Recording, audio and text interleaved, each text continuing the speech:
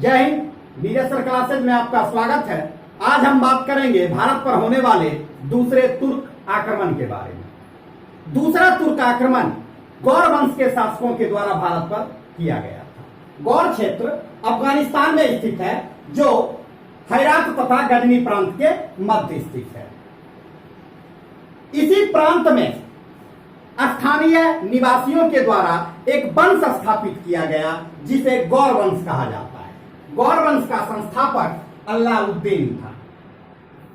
क्योंकि गौर वंश का सबसे प्रबल शत्रु जो था वो था गजनी वंश, गजनी साम्राज्य। तो अलाउद्दीन ने पूरे गजनी साम्राज्य पर आक्रमण किया तथा उसे जलाया, जिसके कारण अलाउद्दीन को भारतीय इतिहास में विश्व दाहक या जहांसेज की उपाधि दी गई। जब 1173 ईस्वी में गौर वंश का शासक मोहम्मद गौरी बना, तो उसने भारत पर सर्वप्रथम आक्रमण किया। मोहम्मद गौरी ने 1175 ईस्वी में अपना पहला आक्रमण मुल्तान पर किया था। चूंकि भारतीय इतिहास में मुल्तान स्वर्ण नगरी के नाम से जाना जाता है, अतः मोहम्मद गौरी को यहां से प्रचुर मात्रा में धन संपत्ति प्राप्त हुआ। मोहम्मद गौरी के द्वारा भारत पर दूसरा आक्रमण गुजरात के पाटन पर किया गया। इस समय पाटन के शासक भीम द्वितीय या मूलराज थे, जबकि उनकी माता नायिका देवी संरक्षिका थी। भीम द्वितीय तथा नायिका देवी ने मोहम्मद गौरी को बुरे तरीके से पराजित किया। यह मोहम्मद गौरी की भारत में प्रथम पराजय थी, या कहिए कि तुर्क साम्राज्य का प्रथम पराजय जो भारत में हुआ था वो पाटन में हुआ था 1178 में। जिस समय मोहम्मद गौरी ने गुजरात के पाटन पर आक्रमण किया था, उसी कालक्रम में 1178 ईस्वी में पृथ्वीराज तृतीय के द्वारा बुंदेलखंड पर आक्रमण किया गया। बुंदेलखंड पर उस समय चंदेल शासकों का शासन था। पृथ्वीराज तृतीय ने चंदेल शासकों को महोबा के युद्ध में पराजित किया। इसी महोबा के युद्ध में अल्लाह तथा उदल नाम के दो भाई, जिन्होंने चंदेल शासकों के तरफ से युद्ध किया था, वीरगति को प्राप्त हुए और भारतीय इतिहास में लोकगीत में उन्हें स्थान दिया गया है। मोहम्मद गौरी का पाटन अभियान असफल हो चुका था। अतः भारत में प्रवेश करने के लिए मोहम्मद गौरी ने पंजाब को अपना दूसरा नया रास्ता बनाया। मोहम्मद गौरी ने 1179 ईस्वी में सर्वप्रथम पेशावर को जीता। वहीं 1181 ईस्वी में लाहौर तथा 1186 ईस्वी में सियालकोट को जीतने के बाद जब इसने भटिंडा पर कब्जा करना चाहा, चूंकि भटिंडा जो है वो पृथ्वीराज तृतीय का क्षेत्र था, यही कारण था कि 1191 ईस्वी में तराइन के प्रथम युद्ध में पृथ्वीराज तृतीय तथा मोहम्मद गौरी के बीच घमासान युद्ध हुआ, जिसमें मोहम्मद गौरी पराजित हुआ। 1192 ईस्वी में तराइन का द्वितीय युद्ध भी संपन्न हुआ। चूंकि मोहम्मद गौरी प्रथम युद्ध में पराजित होने के बाद अगले एक साल तक पृथ्वीराज तृतीय के विरुद्ध जहां रणनीति बना रहा था, इसी कालक्रम में पृथ्वीराज तृतीय ने जयचंद की पुत्री संयोगिता का अपहरण किया तथा उनसे विवाह किया। यही कारण था कि पृथ्वीराज तृतीय राजकाज तथा राजनीति से संबंधित मुद्दों से थोड़ा अनभिज्ञ होने लगे, जिसका फायदा मोहम्मद गौरी ने उठाया।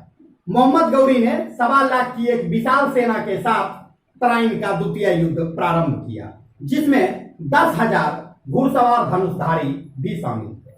इस गौरी के इन्हीं घुड़सवार धनुषधारियों ने पृथ्वीराज तृतीय के सैनिकों को हार मानने पर विवश कर दिया। कहा जाता है कि पराजित होने के बाद पृथ्वीराज तृतीय वहां से भाग गए थे, परंतु गौरी के सैनिकों के द्वारा उन्हें सरस्वती नदी के किनारे गिरफ्तार कर लिया गया।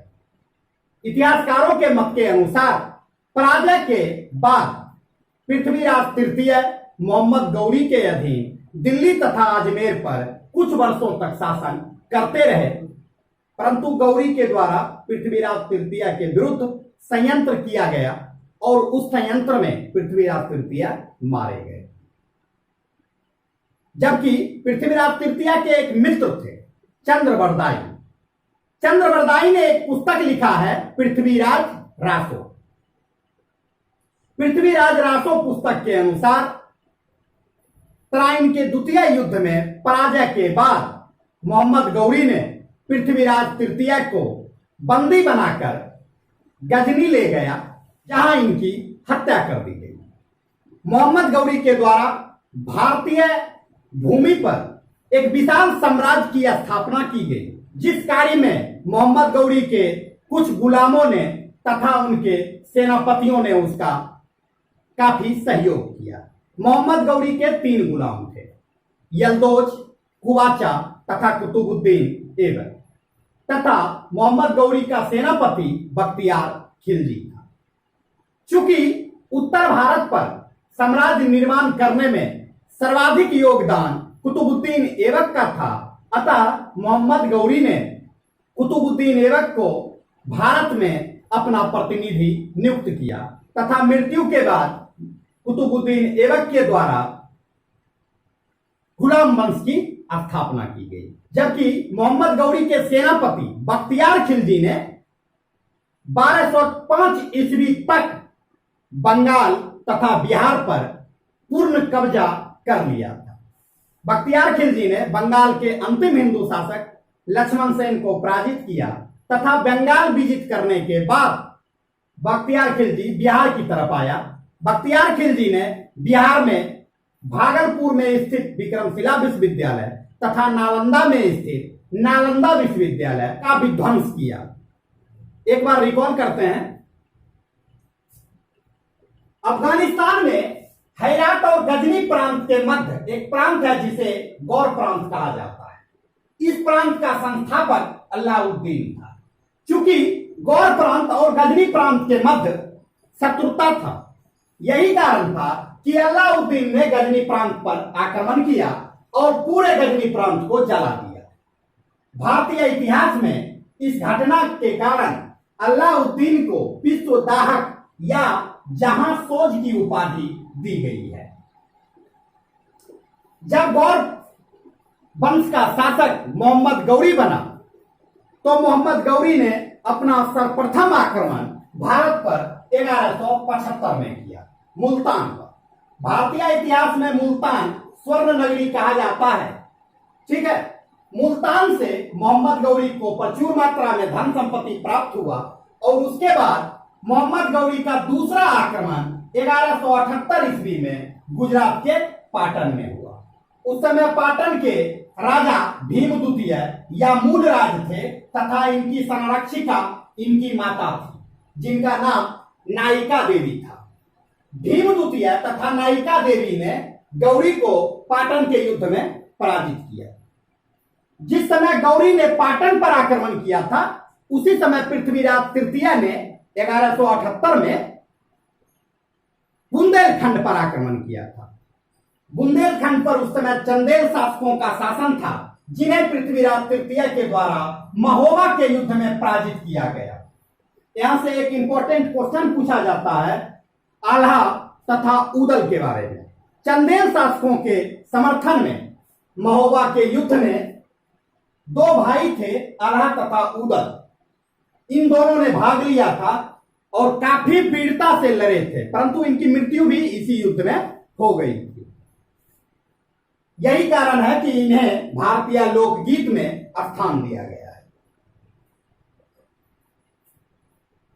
पाटन में पराजित होने के बाद मोहम्मद गौरी ने पंजाब के रास्ते भारत में प्रवेश करने का प्रयास किया और इस प्रयास के अंतर्गत 1179 ईस्वी में गौरी ने पेशावर को जीता।